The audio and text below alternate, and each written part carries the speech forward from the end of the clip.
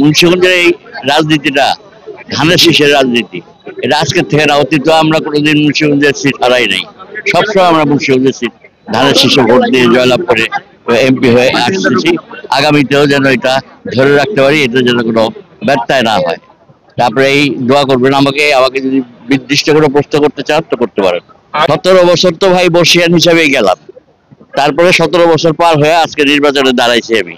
দল আমাকে মনোনয়ন দিয়েছে নাকি, আমি সাহসের সাথে বলতে পারি জনগণকে সামনে নিয়ে, বিশেষ করে লৌহজং টঙ্গিবাড়ির অপু চাকলাদার দোলান সহ সভাপতি 2 জন সহ তাদেরকে সঙ্গে নিয়ে আমি নির্বাচনটা করবো ইনশাল্লাহ। এবং আমার ইনশাল্লাহ এই নির্বাচন করার পিছনে আমার কোনো ভয় ভীতি নাই। যা অদৃষ্টে যা আছে তাই হবে, অদৃষ্টের কোনো ব্যত্যয় হয় না।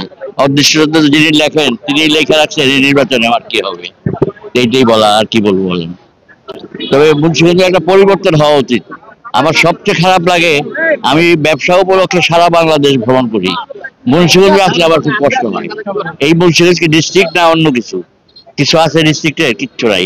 এটার একটা পরিবর্তন আমার বড় ইচ্ছা মনে, যে মুন্সিগঞ্জের শ্রীনগর থেকে শুরু করে মুন্সিগঞ্জে আসা যাওয়ার থেকে শুরু করে সমস্ত পথ গজারিয়া আসা যাওয়ার পথটা সুবিধা হয়, আমরা যেন নির্বিঘ্নে এই জেলা হেডকোয়ার্টারে আসতে পারি। এই দোয়াই আপনারা করবেন এবং আমার সহযোগিতা করবেন। সবাই ঐক্যবদ্ধ হয়ে সাড়া দিতেছে, আমার কোনো বিরোধিতা নাই। যারা বিরোধিতা করছে তারাও এখন এক হয়ে গেছে। আমি আশা করি আমার কোনো বিরুদ্ধে শক্তি নাই, যদি থেকে থাকে সেটা ধানের শীষের শক্তি হবে না, সেটা তার নিজস্ব শক্তি। তার নিজস্ব শক্তি ধানের শীষের চেয়ে বেশি না, এটা মনে রাখা উচিত সবাই। ভোট দিবেন নির্বিঘ্নে। 1954 সনের নির্বাচন আমি দেখছি, 54 সনে যে নির্বাচন হয়েছে তার থেকেও ভালো নির্বাচন হবে ইনশাল্লাহ, আমার বিশ্বাস।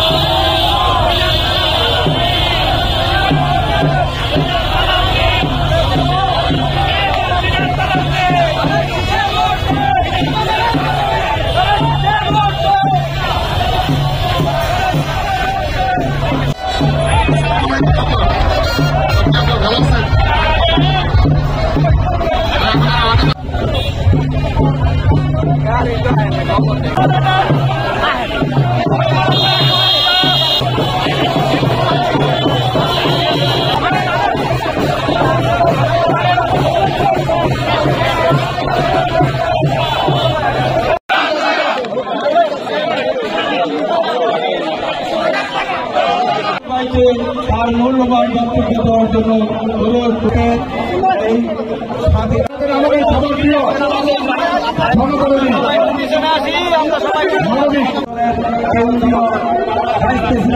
মিজানুর রহমান সিনহা সাহেব যদি এমপি হয় তা আমরা আবার মুন্সিগঞ্জ 2 আসনের মন্ত্রী পাবো।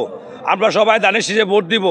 টঙ্গিবাড়ির মনোনীত বিএনপির মনোনীত প্রার্থী, তাকে বিজয়ের লক্ষ্যে আমরা যেই বিজয় রেলি মহাসমাবেশ করলাম, আমরা আগামী দিনে জনতা মিজানুর রহমান সিনহাকে এই মুন্সিগঞ্জ 2 আসনে ধানের শীষ মার্কায় ভোট দিয়ে জয়যুক্ত করে আমরা তাকে সংসদে বাড়াবো এবং আগামীতে আমরা মুন্সিগঞ্জে একটি ক্যাবিনেট মন্ত্রী পাবো ইনশাল্লাহ। আমরা